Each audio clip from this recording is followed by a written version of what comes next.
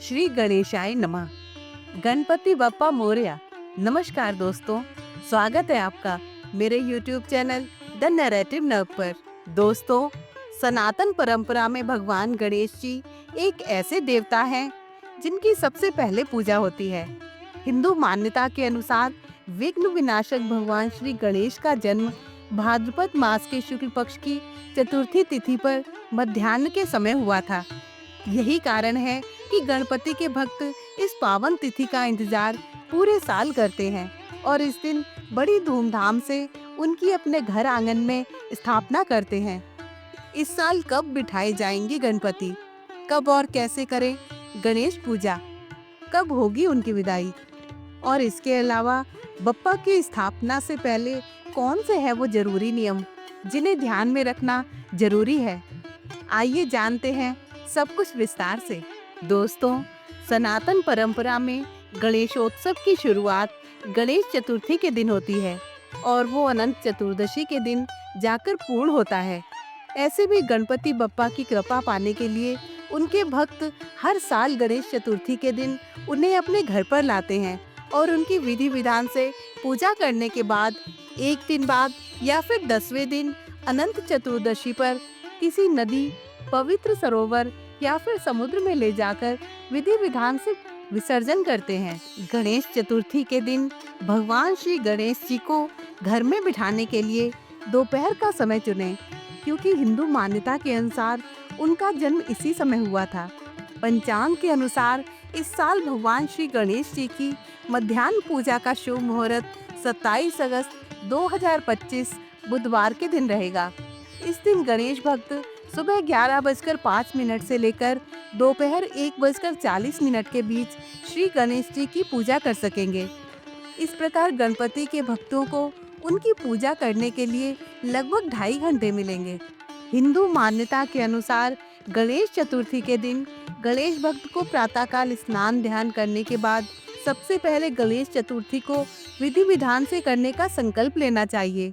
इसके बाद घर के ईशान कोण में एक चौकी पर पीला कपड़ा बिछाकर गणपति की मूर्ति को स्थापित करना चाहिए। इसके बाद गणेश जी पर गंगा जल छिड़ककर उनका स्नान कराएं और फिर उसके बाद सिंदूर का तिलक लगाकर पूरे विधि विधान से पूजा करें। गणेश चतुर्थी की पूजा में गणपति जी को उनकी प्रिय चीजें जैसे दूर्वा नैवेद्य, मोतीचूर का लड्डू, मोदक, नारियल, गन्ना आदि अर्पित करने के बाद उनकी चालीसा या फिर गणपति अथर्व शीर्ष का पाठ करना चाहिए। पूजा के अंत में घंटा, घड़ियाल, शंख, मजीरा आदि के साथ उनकी आरती करनी चाहिए। गणेश चतुर्थी के दिन सायंकाल भी विधि विधान से गणपति की पूजा का ये क्रम दोहराएं और किसी ब्राह्मण या पुजारी को भोजन प्रसाद कराने के बाद स्वयं भी ग्रहण करें। हिंदू मान्यता के अनुसार 10 दिनों तक भगवान श्री गणेश जी की विधि विधान से पूजा करने के बाद जब उनकी विदाई का समय आता है तो वो दिन उनकी कृपा पाने का सबसे उत्तम दिन होता है। यही कारण है कि इस दिन गणेश भक्त गाजे बाजे के साथ उनको शुभ मुहूर्त में विदा करते हैं। पंचांग के अनुसार इस साल गणपति विसर्जन 6 सितंबर 2025 को होगा। दोस्तों, भगवान गणेश को विघ्नहर्ता माना जाता है, इसलिए हर शुभ काम से पहले उनकी पूजा अनिवार्य होती है। लेकिन शास्त्रों के अनुसार पूजा के समय यदि कुछ जरूरी नियमों का पालन ना किया जाए तो उसका फल सही रूप से नहीं मिलता। आइए जानते हैं गणेश स्थापना और पूजा के दौरान किन 7 गलतियों से बचना चाहिए ताकि आपकी पूजा सफल और फलदायक हो। गणेश जी की मूर्ति स्थापना के समय उनका मुख हमेशा उत्तर पूर्व या उत्तर दिशा की ओर होना चाहिए। इस दिशा को सबसे शुभ माना जाता है, क्योंकि इससे घर में सकारात्मक ऊर्जा का प्रवाह होता है और नकारात्मक शक्तियां दूर होती हैं। अगर मूर्ति का मुख किसी अनिष्ट दिशा की ओर रखा जाए तो ये घर में अशांति और परेशानी ला सकता है। गणेश जी की मूर्ति को सीधे फर्श या जमीन पर स्थापित करना शुभ नहीं माना जाता। ऐसा करने से मूर्ति की ऊर्जा प्रभावित होती है। मूर्ति को लकड़ी की चौकी, लाल या पीले रंग के साफ वस्त्र पर स्थापित करें। ये परंपरा पूजा में सकारात्मक ऊर्जा का संचार करती है और धार्मिक नियमों के अनुरूप होती है। इससे पूजा की सफलता सुनिश्चित होती है। कई बार लोग घर या पंडाल में एक से अधिक गणेश जी की मूर्तियों की स्थापना कर देते हैं, जो उचित नहीं है। एक मूर्ति की स्थापना करना शुभ होता है। एक से ज्यादा मूर्तियां रखने से पूजा का प्रभाव कमजोर हो जाता है और श्रद्धालुओं के मन में भ्रम की स्थिति पैदा होती है। ये पूजा के फल को भी कम कर सकता है। पूजा के लिए हमेशा पूरी, सुंदर और ठीक स्थिति में मौजूद मूर्ति का ही चयन करें। टूटी-फूटी या अधूरी मूर्ति का उपयोग करना अशुभ माना जाता है।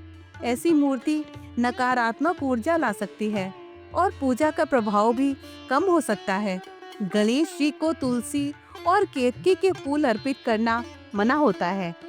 धार्मिक मान्यताओं के अनुसार ये फूल उनके लिए अशुभ माने जाते हैं।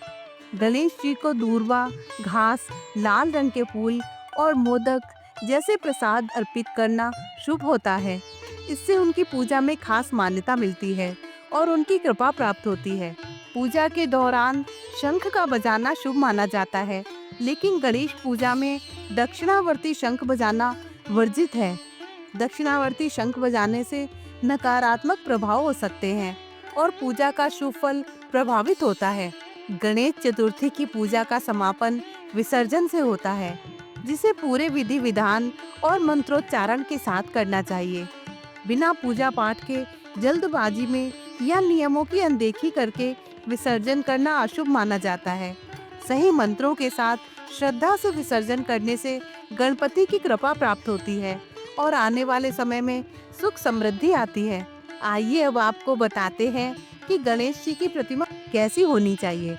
घर में गणेश भगवान की स्थापना के लिए हमेशा ऐसी मूर्ति चुनें जिसमें भगवान गणेश की सूंड बाईं ओर झुकी हो। इसे अत्यंत शुभ माना जाता है।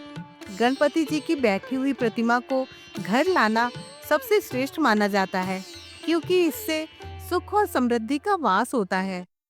मूर्ति का चेहरा प्रसन्न और हंसमुख होना चाहिए। साथ ही ये भी देखें कि उनके एक हाथ में आशीर्वाद की मुद्रा हो और दूसरे हाथ में मोदक होना चाहिए। दोस्तों, गणेश चतुर्थी का पर्व हमें सिखाता है कि बाधाएं चाहे जितनी भी बड़ी क्यों ना हो, श्रद्धा और भक्ति से सब दूर हो जाती हैं।